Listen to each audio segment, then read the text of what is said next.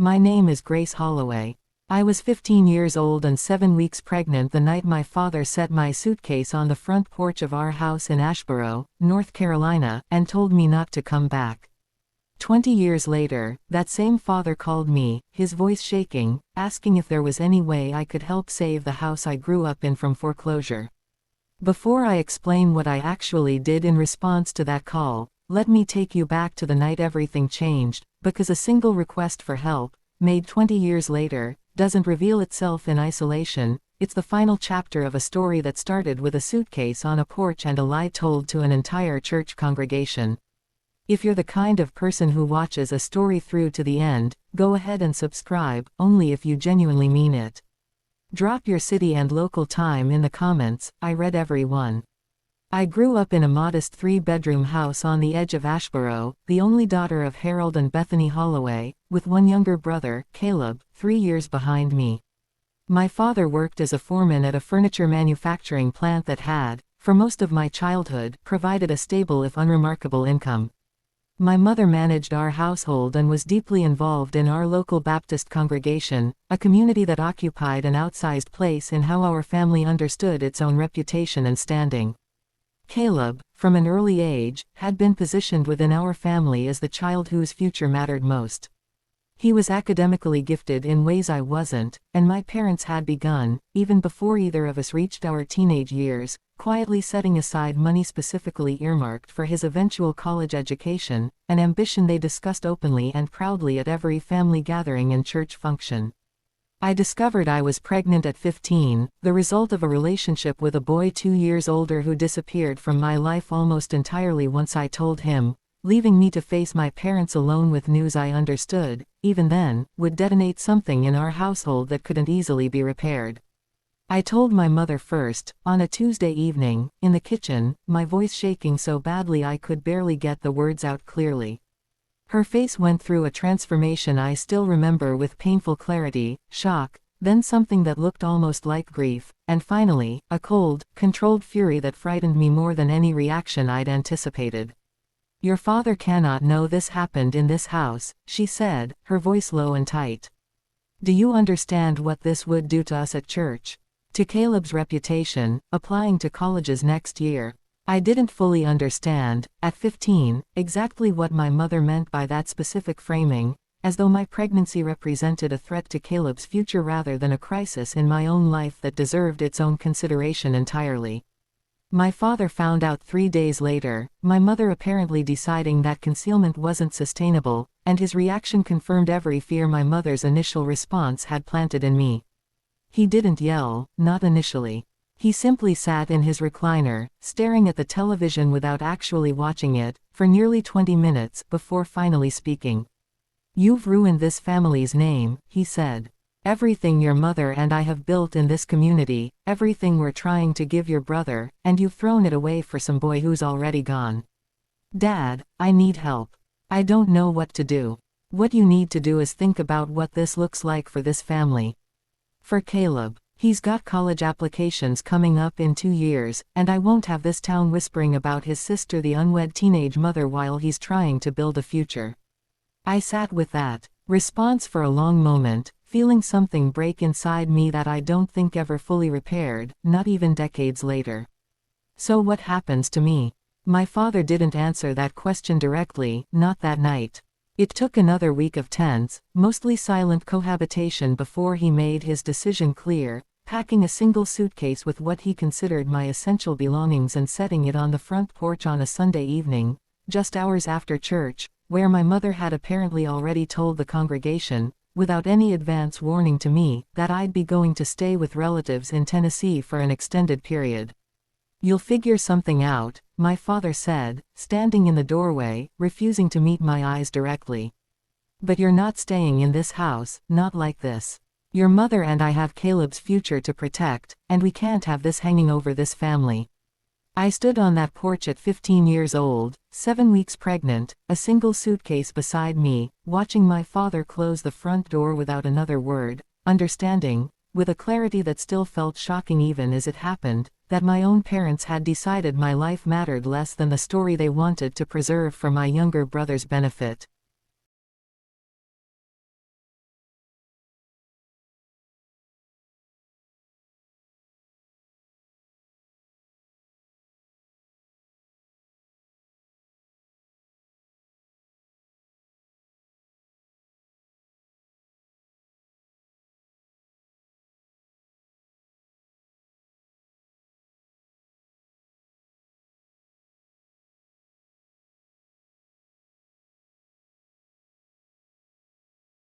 I spent that first night sleeping in the bus station in downtown Ashboro, too frightened and disoriented to think clearly about any actual plan, holding on to the small amount of babysitting money I'd saved over the previous year, which amounted to barely $340.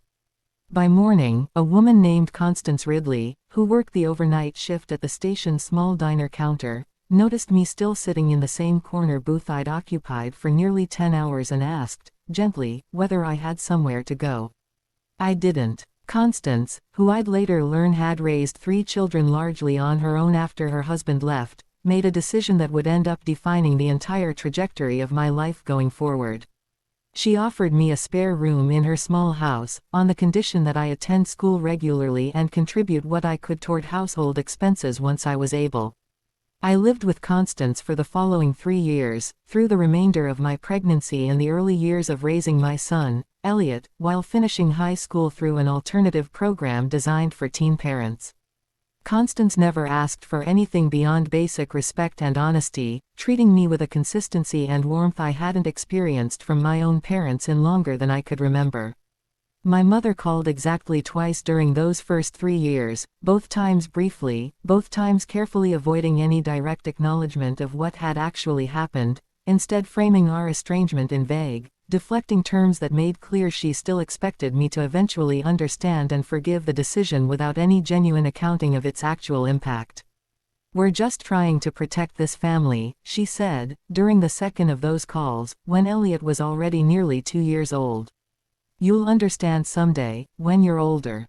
I didn't respond to that call with anger, exactly. I responded with a kind of exhausted clarity that surprised even me. "Mom, I understand completely right now. You decided Caleb's college applications mattered more than your 15-year-old daughter having somewhere safe to sleep. I don't need to get older to understand that. I understood it perfectly the night Dad put my suitcase on the porch." She didn't call again for nearly 6 years after that conversation. I completed my GED at 18, working 2 jobs simultaneously to support Elliot while slowly building toward something more stable. Constance, who by then had become something considerably closer to a genuine mother figure than either of my biological parents had managed to be, encouraged me to pursue further education, eventually helping me apply for financial aid that allowed me to attend a community college program in accounting. By 25, I'd completed my associate's degree and secured a position at a regional accounting firm in Greensboro, work that gradually, over the following years, developed into a genuinely stable, well-compensated career. I married my husband, Desmond, when Elliot was 7, a man who'd never once treated my son as anything other than fully his own, and together we built a life that felt, for the first time since that night on the porch, genuinely secure. I learned, through occasional updates from a cousin who remained in contact with my mother, that my parents had told our church congregation and extended family a carefully constructed story about my absence, that I'd gone to stay with relatives in Tennessee to help care for an ailing aunt, a fabrication that conveniently explained my sudden disappearance without requiring any acknowledgement of the actual pregnancy or the decision to force me out of my own home. Caleb, meanwhile, had gone on to attend the state university my parents had spent years saving toward, graduating with an engineering degree and eventually building his own stable career and family in Charlotte. I'd had minimal contact with him over those years, our relationship reduced to occasional, awkward exchanges at the rare family funeral or wedding neither of us could avoid attending. By my mid-30s, I'd built a life entirely separate from my parents' ongoing presence in it, a stable marriage, a teenage son who'd grown into a thoughtful, accomplished young man himself, a career that had advanced steadily into a senior accounting position overseeing a regional client portfolio. I rarely thought about that night on the porch anymore, not because the memory had faded, but because I'd deliberately built a life substantial enough that the wound no longer defined my daily existence the way it once had.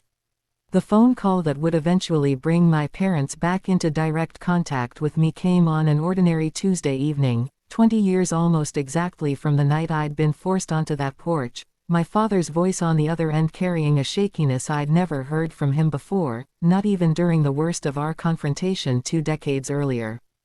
"Grace," he said, "I need to ask you something, and I understand if you say no.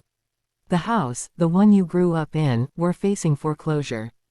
Your mother and we've fallen behind on the mortgage since I lost my job at the plant last year, and we don't have anywhere else to turn." I sat with that request for a long moment, my phone against my ear, the ordinary Tuesday evening suddenly feeling considerably less ordinary. 20 years of carefully built distance, and my father's first substantial conversation with me in nearly 2 decades was a request for financial rescue. "Dad, I need you to explain something to me first, before we talk about the house. What happened to Caleb's college fund? The money you and Mom spent years telling everyone at church you were saving specifically for his education." There was a pause, long enough that I understood, even before he answered, exactly how uncomfortable this particular question made him. That money went toward his tuition, mostly. Some of it toward his wedding, years later. We don't have anything left from that fund at this point. So the money you prioritized over keeping your pregnant 15-year-old daughter in her own home is entirely gone now, and you're calling me, the daughter you put on the porch with a suitcase, to help save the house. Grace, I know how this looks. I know we made a terrible decision that night, one I've regretted more than you probably realize. But we're genuinely desperate right now. The bank is threatening to foreclose within 60 days if we can't bring the mortgage current. I felt something complicated settle in my chest, hearing that admission of regret for the first time in 20 years, though its timing, arriving only once my parents needed something concrete from me, colored how genuinely I could receive it. "Dad, does Caleb know you're calling me about this?" "He does. He offered what he could, but his own finances are stretched with his kids' private school tuition and their mortgage. He suggested we reach out to you, actually. He said you'd built a stable career, that you might be in a position to help." I absorbed that detail slowly, understanding, with a clarity that felt considerably colder than anger, that even now, 20 years later, my family's calculation about my value remained fundamentally unchanged. I existed, in their ongoing understanding of our family, primarily as a resource to be called upon when convenient, rather than a daughter whose actual well-being had ever genuinely mattered as much as Caleb's. "I need some time to think about this, Dad. I'll call you back." I didn't call Constance immediately, though she remained, even 20 years later, the person whose judgment I trusted most completely on matters like this. Instead, I sat with Desmond that evening, laying out the entire situation, the full history he already knew in general terms but hadn't heard me articulate with quite this specific clarity before. "What do you want to do?" he asked, once I'd finished. "I don't know yet. Part of me wants to refuse entirely, to let them experience even a fraction of the abandonment they inflicted on me at 15. But part of me recognizes that refusing wouldn't actually address anything meaningful about the pattern itself. It would just be a mirror image of their own cruelty, rather than something that actually resolves the deeper injustice. What would resolving it actually look like, to you? I considered that question for several days before arriving at an answer that felt, to me, considerably more meaningful than either simple refusal or straightforward financial rescue. I called my father back a week later, having spent that time consulting with a financial advisor and, separately, with an attorney familiar with family trust and property matters, developing a plan that would address the practical crisis my parents faced while also, finally, forcing an honest reckoning with what had actually happened 20 years earlier. "Dad, I'm willing to help save the house," I told him, "but I need something in return, something that has nothing to do with money." "What do you need?" "I need you and Mom to tell the truth. To the church congregation, to our extended family, to Caleb's children, to everyone who's spent the last 20 years believing I went to stay with relatives in Tennessee. I need the actual story told, clearly, without euphemism, that you put your pregnant 15-year-old daughter out of the house because you prioritized your son's reputation and college fund over her safety." The silence on the line stretched long enough that I wondered if he'd hung up. "Grace, that's going to be humiliating, for your mother especially, within the church community she's still deeply involved in." "Dad, I slept in a bus station at 15 years old, 7 weeks pregnant, because you and Mom decided my humiliation and abandonment were acceptable costs for protecting Caleb's future. I think a conversation with your church community is a considerably smaller price than what you asked me to pay that night. My father called me back 3 days later, his voice carrying a weariness that suggested the intervening conversation with my mother had been considerably more difficult than either of them had anticipated. Your mother is willing to do this, he said. It's taken her some time to agree, but she understands now that this is what you need in order to help us. Dad, I need you to understand something clearly. This isn't a negotiating tactic to extract an apology before I write a check. I need this because I've spent 20 years watching my own family maintain a fiction that protected your reputation at the expense of the actual truth about what happened to me. If I'm going to help save the house you raised me in, the house I was forced out of, I need the record corrected, publicly, before any financial assistance happens. We arranged, over the following weeks, a plan that satisfied both requirements. I worked with my financial advisor to structure a solution that would bring the mortgage current and establish a sustainable payment plan going forward, using funds from an investment account I'd built over the preceding decade, structured as a formal loan with clear repayment terms rather than a gift, given everything that had happened between us. Separately, my parents arranged a meeting with their church's pastor and several close family friends, where they told, for the first time in 20 years, an accurate account of what had actually happened the night I left home.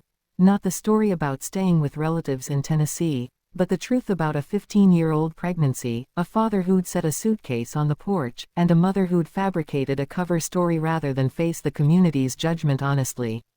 I wasn't present for that specific conversation, having decided, after considerable thought, that my presence would make the moment more about spectacle than genuine accountability. But Constance, who I'd remained close with over the following 2 decades and who still lived in the same community, attended on my behalf, later describing to me the visible shock and discomfort that rippled through the small gathering as my parents finally corrected 2 decades of carefully maintained fiction.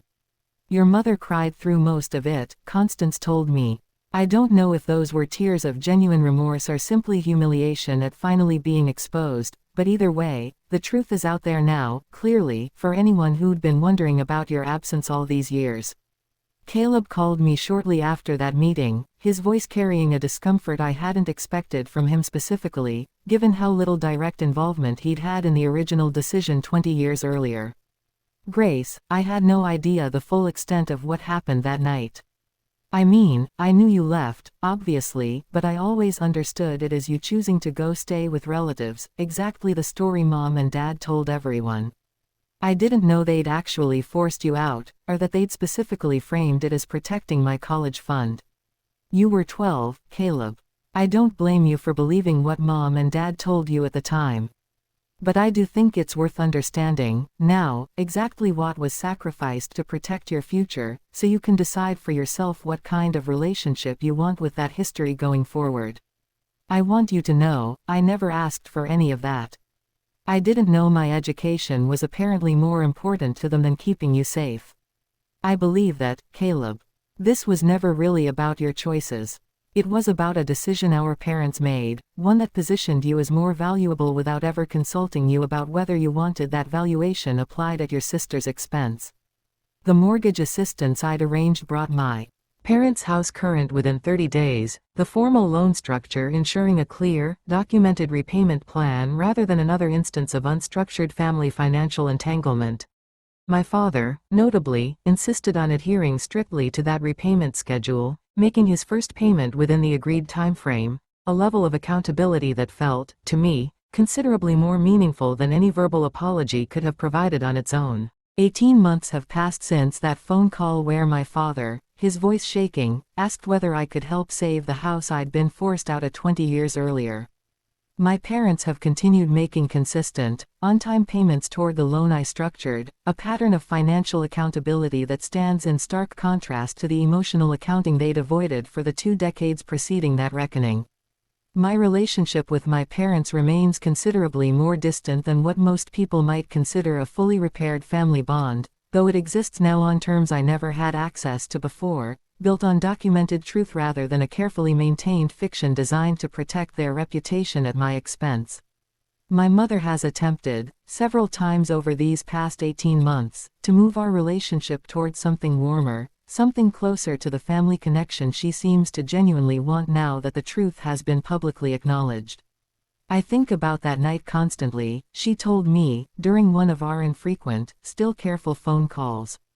I've had 20 years to sit with what we did, and I don't think I ever fully let myself feel the weight of it until we had to actually say it out loud to people who'd trusted our version of events for 2 decades. I appreciate you finally saying that directly, Mom. But I need you to understand, I'm not looking for a fully restored relationship simply because the truth is now public. I'm willing to maintain the connection we currently have, occasional, honest, without pretense, but I'm not interested in pretending the last 20 years can simply be erased by a single difficult conversation with your church community. I understand that, she said, and for the first time in longer than I could remember, I believed she genuinely did. Elliot, now 20, has developed his own careful, limited relationship with his grandparents, one built entirely on his own terms rather than any expectation I've placed on him.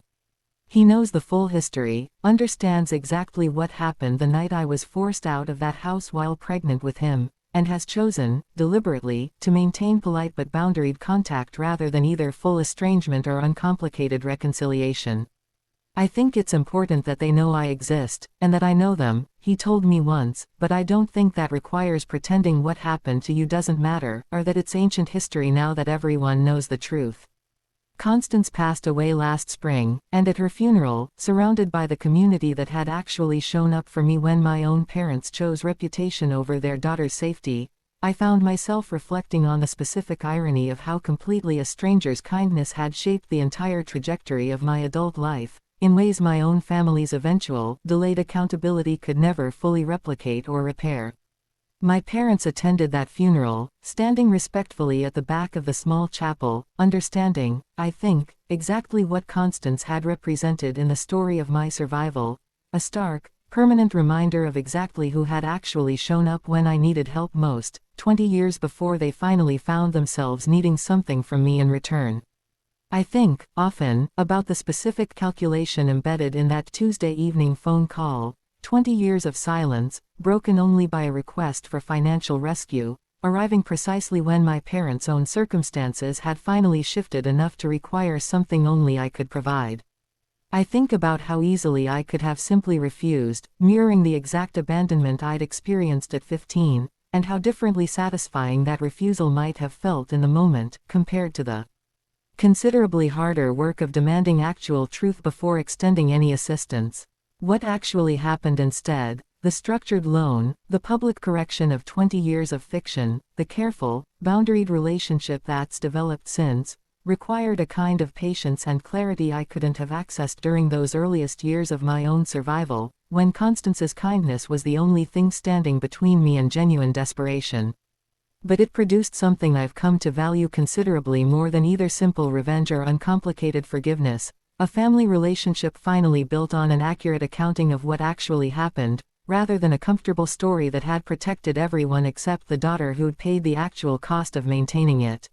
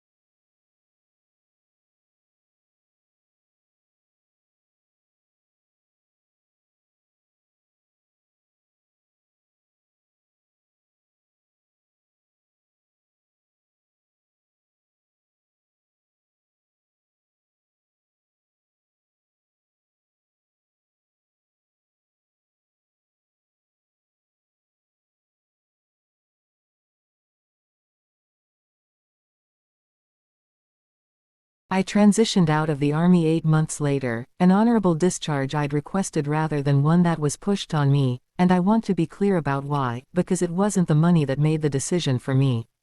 It was Junie starting to pull herself up on the coffee table, wobbling on legs that hadn't existed the last time I'd deployed for a 2-week field exercise, and realizing I'd missed the first attempt entirely because I'd been in a motor pool 3 states away. 5 years of service had given me something I needed: a spine, a set of skills, the specific confidence that comes from proving to yourself you can survive on nothing but discipline and a paycheck too small for the work it covered. I didn't need the Army to keep proving that to me anymore. I needed to be present for the parts of my daughter's life that don't repeat themselves. Constance didn't try to talk me into staying in uniform, and she didn't try to talk me into anything else either. Not business school, not a board seat, not the life she'd once imagined for me before I'd chosen a different one at 22. What she offered instead, quietly, over a dinner at her house 6 weeks after my discharge came through, was something I hadn't expected from her at all. "I want to fund something," she said. "Not for you. For families like the one you were, standing in that commissary line 3 weeks before I found out what my son had done." She slid a folder across the table, not a legal document this time, just a plain manila folder with a handwritten title on the tab. "Junie's Fund. Emergency grants," she said. "Formula, diapers, rent, bridges, whatever a young military family needs in the specific month things fall apart.